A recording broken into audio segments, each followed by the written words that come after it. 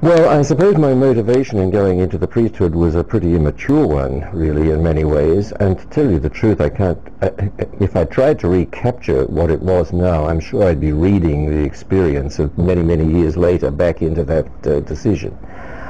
I think I had the idea in those days that I wanted to serve God as best I could.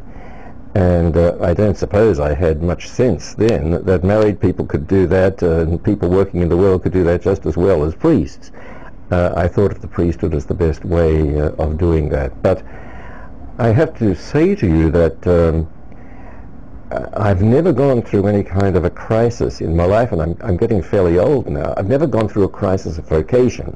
I've gone through other crises of different kinds, but I've never really lost that sense that that I should be a priest and that I want to be a good priest as much as I can. With the ecumenical work that is so much part of the Church's agenda these days, of course my horizon has expanded, and especially through teaching Christian students who are not Catholic. I generally find them excellent people and wonderful Christians, and I find that people don't need to be Catholics for me to feel that I have a strong bond with them. It's quite enough that it's more than enough that they have the same kind of ideals that I do to understand the truth as well as they can, even if they understand it in a somewhat different way from the way I do.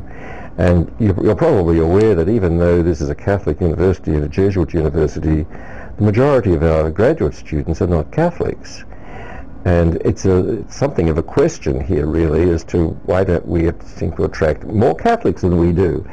But we do get some really wonderful Catholic students too, but wonderful non-Catholic students.